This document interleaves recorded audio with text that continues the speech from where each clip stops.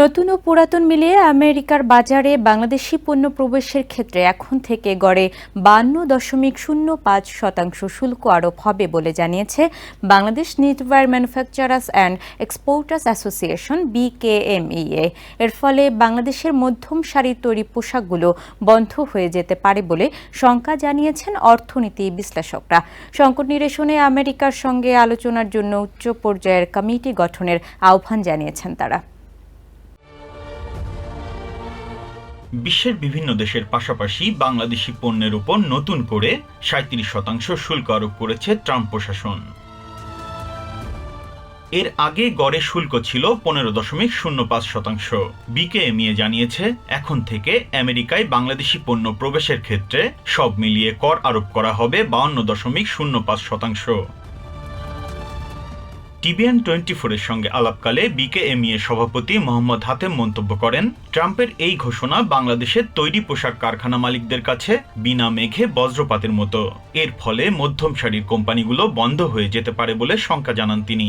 37 plus আগের 15.5 মোট 52% duty দেওয়া পোশাক নিয়ে ওই দেশের কাস্টমাররা সেলটা খুব একটা করতে পারবে না। ইতিপূর্বে অনেক ফ্যাক্টরি কিন্তু বন্ধ হয়েছে, আর এই ধরনের একটা ধাক্কা বিশালভাবে এটা আমাদেরকে এই ধাক্কা সামলানো খুব কঠিন হবে, অনেক ফ্যাক্টরি বন্ধ হয়ে যাবে। তো এটা অবশ্যই আমাদেরকে একটা বিশাল চাপে ফেলবে, ক্ষতির মুখোমুখি করে দিবে এবং ফ্যাক্টরি বন্ধ হয়ে যাবে। বাংলাদেশে আমেরিকা থেকে যেসব পণ্য আমদানি করা হয় তার মধ্যে রয়েছে খাদ্যশস্য, বীজ, সয়াবিন, তুলা, গম ও ভুট্টা। এছাড়া লোহা, পেট্রোলিয়াম ও ইস্পাতও আসে বাংলাদেশে। এক্সিস্টিং যে অর্ডার আমাদের হাতে আছে সেটা কি হবে সেটা নিয়ে একটা অনিশ্চয়তার মধ্যে পড়ে গেছে। কিন্তু বিশ্লেষকরা বলছেন, বাংলাদেশ আমেরিকান পণ্যের উপর গড়ে 7 থেকে 8% শুল্ক আরোপ করে থাকে।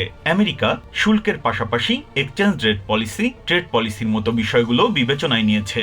এরপরও 74% শুল্ক হারের বিষয়ে অস্পষ্টতা রয়েছে বলে মনে করেন তারা।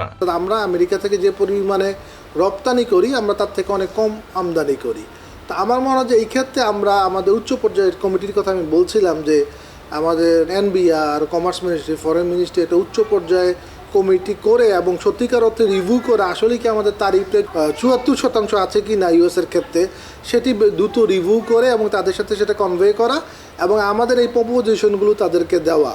ধাতব একটা পদার্থ যেটা বিভিন্ন রকমের এগুলি আসছে বাংলাদেশে ইম্পোর্টে 550 মিলিয়নের মতো, সেটা কিন্তু 10% অনলি 10% ডিউটিতে আসছে।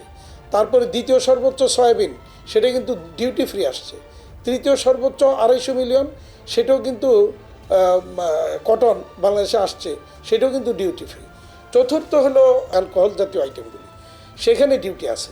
তো আমরা যদি এটা তাদেরকে বোঝাইতে সক্ষম হই যে দেখো তোমার মেজর আইটেম যেগুলি বাংলাদেশে এক্সপোর্ট হয়েছে এগুলি কিন্তু ডিউটি ফ্রি গেছে, সুতরাং আমাদের একটা অন্তত তুমি পণ্য ডিউটি ফ্রি এন্ট্রি দেওয়ার ব্যবস্থা করো। খাত সংশ্লিষ্টদের মতে বাংলাদেশ আমেরিকা থেকে আনা পণ্যের উপর শুল্ক কমিয়ে দিতে পারে।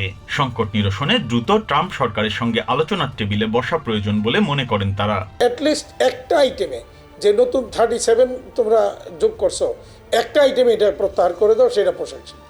তাহলে কিন্তু পোশাক শিল্প ভালো একটা অ্যাডভান্টেজ একটা নিতে পারে। এখানে আরেকটা নেগোসিয়েশন হইতে পারে যে আমরা তো US কটনের মেজর ইম্পোর্টার বা ব্যবহারকারী আমরা বাংলাদেশ। তো আমরা যদি বলি যে তোমাদের কটন দ্বারা উৎপাদিত পণ্য তোমার দেশে যে রপ্তানি হবে সেটা আমাকে অন্তত ডিউটি ফ্রি অ্যাক্সেস দাও, তাইলে একটা বাইলেটারাল প্রেফারেন্সিয়াল ট্রেড এগ্রিমেন্ট যদি আমরা করতে পারি এইভাবে, তাহলেও কিন্তু বাংলাদেশের রপ্তানি খাত বা পোশাক শিল্প বিশেষ করে ভালো একটা অ্যাডভান্টেজ এখানে নিতে পারবে। এশিয়ার দেশগুলোতে পণ্য রপ্তানির নতুন বাজার সৃষ্টি করা সম্ভব হলে বাংলাদেশের তৈরি পোশাক খাত সম্ভাব্য ক্ষতির হাত থেকে অনেকটাই রক্ষা পাবে বলে মনে করছেন অর্থনীতি বিশ্লেষকরা। Biprajit Chanda, TBN24, Dhaka. New York থেকে সম্প্রচারিত TBN24 টেলিভিশন বিশ্বজুড়ে বাঙালির কণ্ঠস্বর।